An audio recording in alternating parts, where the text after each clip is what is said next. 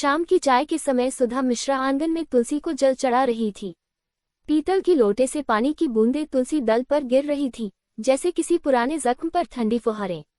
शरद जी, चाय बना दूं? उसने अंदर बैठे पति से पूछा। शरद मिश्रा अखबार से आंखें हटाते हुए बोले, हाँ बना दो। सोनू दिखा नहीं आज, पढ़ाई कर रहा है, कमरा बंद किए बैठा है, सुधा ने धीरे से कहा, लेकिन चेहरे पर चिंता की लकीरें साफ थीं। इसी बीच रवि दफ्तर से लौटा, थका चेहरा, लेकिन मोबाइल में आंखें गड़ी हुई थीं। पीछे पीछे नीतू भी आए। माँ, कुछ हल्का फुल्का खाने को है क्या? नीतू ने बिना नमस्ते किए पूछा। सुधा ने मुस्कुराते हुए कहा, हाँ बेटा, मूंग दाल के चीले बनाए हैं, गरम कर दूं? नहीं नहीं, मैं कर लूंगी। नीतू ने कह तो दिया, लेकिन उसमें अपनापन नहीं था। रवि मोबाइल पर नजरें गड़ाए बोला, माँ पापा, अगले महीने नोएडा में एक अच्छा फ्लैट देख रहा हूँ। शरद चौंक गए। फ्लैट? क्यों? हम सोच रहे हैं अलग रहने का, बच्चे भी तो होंगे, थोड़ा प्राइवेसी चाहिए। सुधा की आंखें भर आईं। वो कुछ नहीं बोली, बस धीमे से तुलसी के पास बैठ गई। रात का खाना, टेबल पर सन्नाटा पसरा था, केवल चम्मच और प्लेट की आवाजें थीं। गुड्डी का फोन आया। माँ, बस थोड़ी देर बात करना थी, यहाँ सब कुछ ठीक है। लेकिन सुधा उसकी आवाज में छिपा दर्द पहचान गई। शरद ने गुड्डी से बात की और फोन रखने के बाद बोले, उसका पति रोज ताने देता है। ये दहेज की बात फिर से शुरू हो गई है। बेटियां तो पराई होती है शरद जी, लेकिन दुख हमेशा माँ बाप के आंगन में रह जाता है। सुधा की आवाज कांप रही थी। अगले दिन सोनू के स्कूल से शिकायत आई, आपका बेटा क्लास में ध्यान नहीं देता और घर के माहौल का असर उस पर दिख रहा है। शरद जी समझ गए, ये घर अब सिर्फ ईंटों की दीवार है, दिलों का रिश्ता टूट रहा है। सुधा ने एक दिन नीतू से कहा, बेटा, परिवार साथ रहे तो तकलीफें भी आसान हो जाती हैं। नीतू ने झल्लाकर कहा, परिवार साथ हो तब न, यहाँ तो बस बोझ लगता है। एक रात अचानक शरद जी को हार्ट अटैक आया। अस्पताल भागते भागते रवि और सोनू की आंखों में पहली बार डर था, पिता के बिना क्या करेंगे। सुधा का आंचल भीग चुका था, वो चुपचाप भगवान से प्रार्थना कर रही थी। डॉक्टर बोला, तबीयत अब स्थिर है, लेकिन इन्हें ज्यादा तनाव नहीं होना चाहिए। रवि पहली बार बोला, पापा, हम कहीं नहीं जा रहे, ये घर ही हमारा सब कुछ है। नीतू को भी समझ आ गया था, अकेले फ्लैट में शायद स्पेस तो मिल जाए, लेकिन वह अपनापन नहीं जो सुधा के हाथ की रोटी में था। घर केवल शरद मिश्रा अब बिस्तर पर थे। शरीर तो कमजोर हो गया था, लेकिन मन की ताकत जस की तस। सुधा ने घर को मंदिर जैसा बना दिया था, एक ओर तुलसी, दूसरी ओर शरद के सिरहाने गीता, और बीच में रिश्तों की टूटती डोर। रवि अब हर सुबह चाय शरद जी के साथ बैठकर पीता था। धीरे धीरे वही बेटा, जो कभी कान में ईयरफोन लगाए घर की बातों से कटकर रहता था, अब अपने पिता की कहानियां सुन रहा था। बेटा, शरद जी बोले, जब मैं मास्टर था तब हर बच्चे में अपने बेटे की छवि देखता था, लेकिन जब तुमने अलग घर की बात की तो लगा शायद मैंने ही कुछ अधूरा छोड़ा। रवि की आंखें झुक गईं। पापा, अब कोई गलती नहीं होगी। सुधा ने फोन उठाया और गुड्डी को बिना बताए अपने मायके बुला लिया। गुड्डी बेटा, यहाँ कुछ दिन रह जा, सुधा बोली। गुड्डी का चेहरा फीका था, उसकी साड़ी की तहों में वो दर्द छुपा था जिसे उसने 7 सालों से धोया था। पति का ताना, सास का अपमान और मायके से दूरी, 3 जंजीरें उसकी आत्मा पर पड़ी थीं। रवि और नीतू ने पहली बार देखा कि वो बहन जो हंसी की मिसाल थी, अब आंखों में खालीपन लिए बैठी थी। नीतू ने धीरे से पूछा, दीदी, तुमने इतना सहा, माँ पापा से कुछ क्यों नहीं कहा? गुड्डी बोली, कभी कहा था तो माँ ने कहा, बेटा, औरत को सहना पड़ता है। तब से चुप रहना ही सीख लिया। उस रात नीतू ने खुद से सवाल किया, क्या मैंने सुधा माँ के साथ भी ऐसा ही किया? बिना समझे, सिर्फ आधुनिकता के नाम पर उनका त्याग भुला दिया। अगली सुबह नीतू रसोई में थी, खुद रोटियां बेल रही थी। सुधा ने हैरानी से देखा। अरे, तू क्यों? नीतू मुस्कुराई, क्योंकि आज मैं माँ के हाथों की रोटी नहीं, माँ की तरह रोटी बनाना चाहती हूँ। सोनू की परीक्षा। सोनू अब स्कूल में मेहनत करने लगा था। एक दिन स्कूल में निबंध प्रतियोगिता थी। उसने विषय चुना, मेरा परिवार मेरी ताकत। उसने मंच पर कहा, मेरा परिवार सिर्फ लोग नहीं है, वो एहसास है जो मुझे हर हार के बाद जीतने की हिम्मत देते हैं। मेरी माँ एक देवी है, जो थाली में खाना नहीं, प्रेम परोसती है। मेरे पापा एक सैनिक हैं, जो शब्दों से नहीं, खामोशी से हमें मजबूत बनाते हैं। और मेरा भाई भाभी अब दोस्त बन गए हैं। पूरा स्कूल तालियों से गूंज उठा। गुड्डी का फैसला। गुड्डी अब कुछ दिन सुकून में थी, लेकिन अंदर ही अंदर डर भी था कि अब उसे वापस जाना पड़ेगा। सुधा बोली, बेटा मैं अब चुप नहीं रहूंगी, कल तुम्हारे पति और सास को बुलाया है, बात करनी है। शरद ने कहा, जो बेटी अपनी ममता से दूसरों का घर संवार सकती है, उसका अपना घर टूटने नहीं देंगे। गुड्डी के पति प्रमोद और उसकी माँ आए। शरद जी ने सीधा पूछा, क्या गुड्डी तुम्हारे घर में बोझ है? प्रमोद चुप। सुधा बोली, अगर बेटी को अब भी सम्मान न मिला तो हम उसे वहीं नहीं भेजेंगे। अब वो गुड्डी नहीं, सुधा की छाया है। प्रमोद की आंखें भर आईं। मैं शर्मिंदा हूँ, माँ के दबाव में मैंने प्यार भुलाया, मुझे दोबारा मौका चाहिए। गुड्डी का जवाब, मैं जा सकती हूँ, पर अब वही गुड्डी नहीं हूँ। अब मैं अपने लिए भी सोचूंगी। अगर दोबारा कभी अपमान हुआ तो लौट आऊंगी हमेशा के लिए। जो रिश्ते शरद मिश्रा के स्वास्थ्य में अब धीरे धीरे सुधार आ रहा था। उनके चेहरे पर अब मुस्कान और आंखों में तसल्ली थी। सुधा के मन में भी एक अजीब सी शांति थी, जैसे किसी लंबे युद्ध के बाद सवेरा आया हो। इसी बीच एक खुशखबरी ने पूरे घर को एक बार फिर जीवंत कर दिया।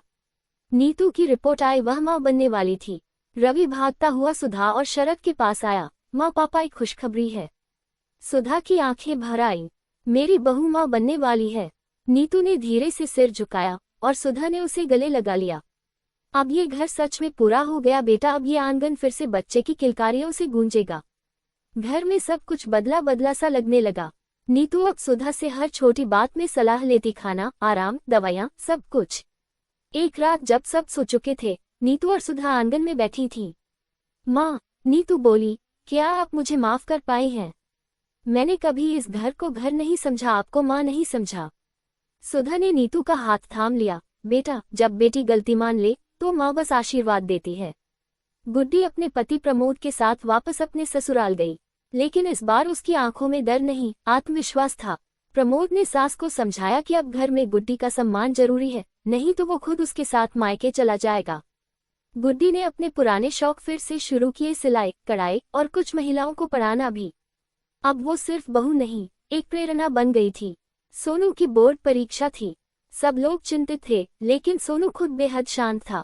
इस बार अगर पास हो गया तो पापा को नई घड़ी दिलाऊंगा, सोनू ने कहा। नतीजे आए, सोनू ने पूरे स्कूल में टॉप किया। शरद की आंखों से आंसू बह निकले, तूने मेरा सपना पूरा कर दिया बेटा। रवि ने तुरंत एक घड़ी खरीदी और सोनू से कहा, ये तेरे नाम की है, लेकिन पापा की कलाई की शोभा बनेगी। गर्भवती नीतू की देखभाल। नीतू के 8वें महीने में सुधार नगर की बुआजी भी आ गईं, लेकिन उनका स्वभाव रूढ़िवादी था। बहू को ज्यादा छूट मत दो सुधा, वरना सिर चढ़ जाएगी, उन्होंने ताना मारा। सुधा मुस्कुराई, बुआजी जमाना बदल गया है, बहू को अधिकार नहीं देंगे तो पोते को संस्कार कहाँ से मिलेंगे। नीतू ने पहली बार खुद के लिए आवाज नहीं उठाई, उसकी सास ने उठाई थी। बच्चे का जन्म। सावन की रिमझिम में नीतू ने एक बेटे को जन्म दिया। पूरा घर रोशनी से भर गया। शरद ने उसे पहली बार गोद में लिया और कहा, ये वंश नहीं, संस्कारों की नई शुरुआत है। सुधा बोली, नाम क्या रखें? गुड्डी बोली, जिसने परिवार को फिर से जोड़ा उसका नाम आदित्य हो, जो अंधेरे में उजाला लाए। नीतू अब मां बन चुकी थी और पूरे घर में आदित्य की किलकारियां गूंजती थीं। शरद जी की तबीयत भी पहले से बेहतर थी। सब कुछ सामान्य चल रहा था, पर वक्त की रेत फिर से करवट लेने वाली थी। एक दिन डाकिया एक रजिस्ट्री लेकर आया, पुराने पुश्तैनी खेतों की जमीन के कागज। ये क्या है पापा? रवि ने पूछा। शरद बोले, ये वही जमीन है जो दादाजी ने अपने खून पसीने से जोड़ी थी। कई सालों से बंजर पड़ी है, लेकिन अब एक बिल्डर ने उसे खरीदने में रुचि दिखाई है।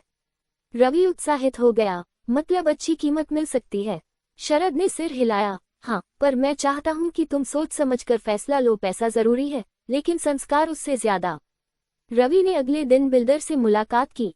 बिल्डर ने 80 लाख रुपए देने की बात की। शर्त सिर्फ इतनी है कि अगला हफ्ता कागजों के नाम ट्रांसफर के लिए तय है। अगर समय पर न हुआ तो डील कैंसिल। रवि के मन में आया, आदित्य का भविष्य, नया घर, अच्छी गाड़ी, सोनू की आगे की पढ़ाई, सब आसान हो जाएगा। पर लौटते ही उसने सुधा से बात की, माँ, पापा को मनाए ना, जमीन बेच दें। सुधा चुप रही। शरद, सुधा, रवि और सोनू जमीन देखने गांव गए। वहां एक बुजुर्ग किसान मिला। माँ साहब, ये जमीन तो जैसे आपकी आत्मा है, आप बेच देंगे? शरद मुस्कुराए, मैं तो सोच ही रहा हूँ, बेटे की जिद है। किसान बोला, जमीन बेच देना आसान है, लेकिन इतिहास कभी नहीं बिकता। ये जमीन वो जगह है जहां आपने पहली बार बच्चों को चलना सिखाया था। सुधा की आंखें भर आई। उन्हें याद आया कि इसी खेत की मेड़ पर सोनू ने पहली बार मां कहा था। रवि ने कहा, पापा, भावनाओं से घर नहीं चलता। आज जमीन बेच दी तो कल हमारी जिंदगी बदल जाएगी। शरद बोले, बेटा, मैं कुछ नहीं कह रहा, पर तू सोच, ये जमीन सिर्फ मिट्टी नहीं है, ये परिवार की पहचान है। रवि नाराज होकर कमरे में चला गया। रात को सोनू रवि के पास गया। भैया, अगर आप चाहते हो कि आदित्य अच्छा इंसान बने तो उसे केवल ऐशो आराम नहीं, आत्मसम्मान भी सिखाओ। वो तभी सीखेगा जब आप अपने जड़ों से जुड़े रहोगे। रवि ने पहली बार अपने छोटे भाई की बात गंभीरता से सुनी। सुबह रवि खुद शरद जी के पास गया और बोला, पापा, मैंने फैसला कर लिया है, जमीन हम नहीं बेचेंगे। शरद की आंखों में चमक आ गई। और मैं चाहूंगा कि हम मिलकर इस जमीन पर कुछ करें, एक संस्कार केंद्र जहां गांव के बच्चे पढ़ सके, ताकि वो भी हमारे जैसे बने। सुधा ने आंखें बंद की और मन ही मन भगवान का धन्यवाद किया। गुड्डी ने कहा, मैं अपनी कढ़ाई और सिलाई से बच्चों को हुनर कॉलेज में दाखिले की तैयारी कर रहा था। उसके मन में एक ही सपना था, इंजीनियर बनकर गांव और परिवार का नाम रोशन करना। एक दिन दिल्ली की प्रतिष्ठित यूनिवर्सिटी से कॉल आया, आपका एडमिशन कंफर्म है, लेकिन पहले साल की फीस 85,000 रुपए है। घर में खुशी की लहर दौड़ गई, लेकिन साथ ही चिंता भी। इतनी बड़ी रकम एक साथ कैसे दी जाए। रवि नीतू की चर्चा। रवि गहरी सोच में बैठा था। नीतू ने कहा, सोनू हमारा बेटा जैसा है, हमने तय किया था कि जब वो आगे बढ़ेगा हम पीछे नहीं हटेंगे।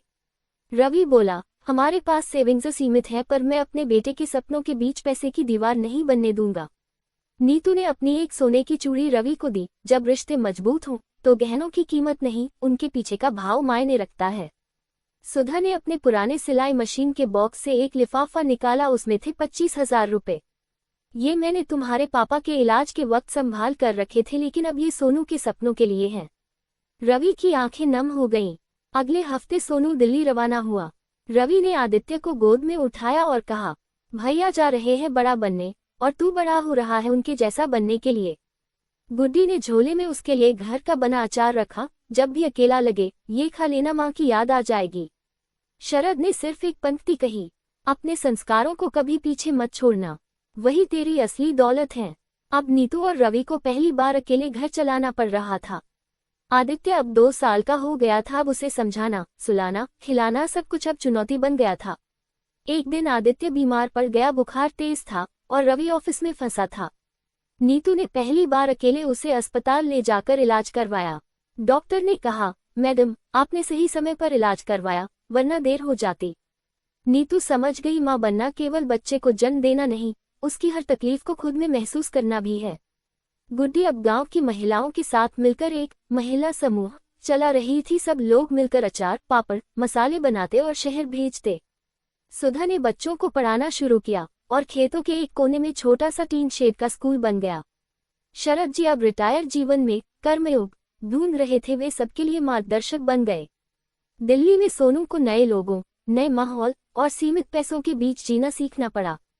उसने कैंटीन में बर्तन धोने का पार्ट टाइम काम शुरू किया, ताकि माँ बाप पर बोझ न पड़े। एक दिन किसी प्रोफेसर ने उसे रोका, तुम टॉपर हो और बर्तन धोते हो। सोनू मुस्कुराया, सर, बर्तन धोने से ज्ञान नहीं घटता और जो मेहनत करे वो कभी छोटा नहीं होता। प्रोफेसर ने उसी दिन सोनू को एक स्कॉलरशिप के लिए रिकमेंड किया। रवि और नीतू ने अब हर रविवार आदित्य को लेकर मंदिर जाना शुरू कर दिया। रवि ने एक दिन आदित्य से पूछा, बेटा, सबसे बड़ा इंसान कौन होता है? आदित्य बोला, जो माँ की बात माने और दादी को प्यार करे। सुधा हंस पड़ी, ये तो मेरा पोता नहीं, मेरा गुरु निकला। समय बीतता गया। सोनू अब इंजीनियरिंग के अंतिम वर्ष में था। गांव में महिला समूह ने लाभ देना शुरू किया था। आदित्य अब स्कूल जाने लगा था। उसकी मासूमियत पूरे घर की जान बन चुकी थी। शरद जी की उम्र अब ढल रही थी, लेकिन मुस्कान हमेशा की तरह स्थिर थी। वे अक्सर अपनी पुरानी डायरी में कुछ लिखते रहते थे, जीवन के अनुभव, रिश्तों की सीख और संस्कारों की झलक। एक दिन सोनू को अमेरिका की एक बड़ी कंपनी से ऑफर आया, 32 लाख रुपए सालाना का पैकेज। उसने सबसे पहले माँ बाबा को फोन किया, फिर रवि और नीतू से बात की। भैया, ये मौका मेरी मेहनत का इनाम है, लेकिन जो कुछ भी हूँ वो आप सबकी वजह से हूँ। जाने से पहले मैं सबका आशीर्वाद चाहता हूँ। रवि भावुक हो गया, सोनू, तू केवल हमारा नहीं, पूरे गांव का सपना है। तू जा और दिखा दे दुनिया को कि संस्कारों से निकले लोग क्या कर सकते हैं। उसी शाम शरद जी को तेज बुखार और कमजोरी महसूस हुई। जांच में पता चला कि उनकी किडनी कमजोर हो चुकी है और शरीर अब ज्यादा नहीं लड़ पाएगा। डॉक्टर ने साफ कह दिया, उन्हें आराम की जरूरत है। अब जो दिन है उन्हें शांति से जीने दीजिए। पूरे परिवार पर जैसे पहाड़ टूट पड़ा। सुधा चुपचाप पूजा की थाली लिए मंदिर के सामने बैठ गईं। अंतिम क्षणों की शिक्षा। एक रात शरद जी ने सभी को पास बुलाया। सुधा, रवि, नीतू, गुड्डी, प्रमोद, सोनू वीडियो कॉल पर और नन्हा आदित्य। बेटा रवि, उन्होंने धीमे स्वर में कहा, तू अब इस घर का आधार है। परिवार को बांध कर रखना, मत टूटने देना। गुड्डी, तेरी मुस्कान अब कई औरतों की उम्मीद बन चुकी है, कभी झुकना मत। सुधा, तूने मेरी जिंदगी को अर्थ दिया। इस जीवन का हर सुख तुझसे मिला। सोनू, बेटा, जब तू ऊंचाई पर पहुंचे तो उन लोगों की याद रखना जो जमीन पर तुझे चलना सिखाए थे। और आदित्य, उन्होंने कांपते हाथों से पोते के सिर पर हाथ रखा। तेरे लिए मैंने अपने जीवन की रेत में सबसे सुंदर चित्र बनाया है, तू उसे सहेज कर रखना। अगली सुबह सूरज उगा, लेकिन शरद जी की आंखें हमेशा के लिए बंद हो चुकी थी। उनके चेहरे पर शांति थी, जैसे कोई अपने सारे उत्तर लिखकर परीक्षा से बाहर निकल गया हो। पूरे गांव ने शरद मिश्रा को श्रद्धांजलि दी। उनकी अंतिम इच्छा के अनुसार उनकी डायरी गांव के स्कूल की लाइब्रेरी में रखी गई, संस्कारों की रोशनी नाम से। 1 वर्ष बाद विरासत जिंदा थी। सोनू अब अमेरिका में था, लेकिन हर महीने गांव के बच्चों के लिए फंड भेजता था। रवि अब गांव की पंचायत का प्रमुख बन गया था और महिला समूह को सरकारी सहायता दिला दी थी। नीतू ने स्कूल में बालिकाओं के लिए सुरक्षा और शिक्षा कार्यक्रम शुरू किया। गुड्डी ने अब गांव में लड़कियों को सिलाई का प्रशिक्षण देना शुरू कर दिया था। आदित्य अब 3री कक्षा में था और अपने दादा की तरह बोलना सीख रहा था। एक दिन उसने स्कूल में भाषण दिया। मेरे दादाजी कहते थे कि असली विरासत जमीन नहीं, संस्कार होते हैं और मैं उनकी विरासत हूँ। वक्त बीतता है, पर कुछ रिश्ते, कुछ संस्कार, वो रेत में लिखे गए ऐसे शब्द होते हैं जो आंधियों में भी नहीं मिटते। वक्त की रेत एक ऐसी कहानी थी जहाँ त्याग ने प्रेम को जन्म दिया, प्रेम ने रिश्तों को पनपाया और रिश्तों ने एक पूरी पीढ़ी को रास्ता दिखाया। समाप्त।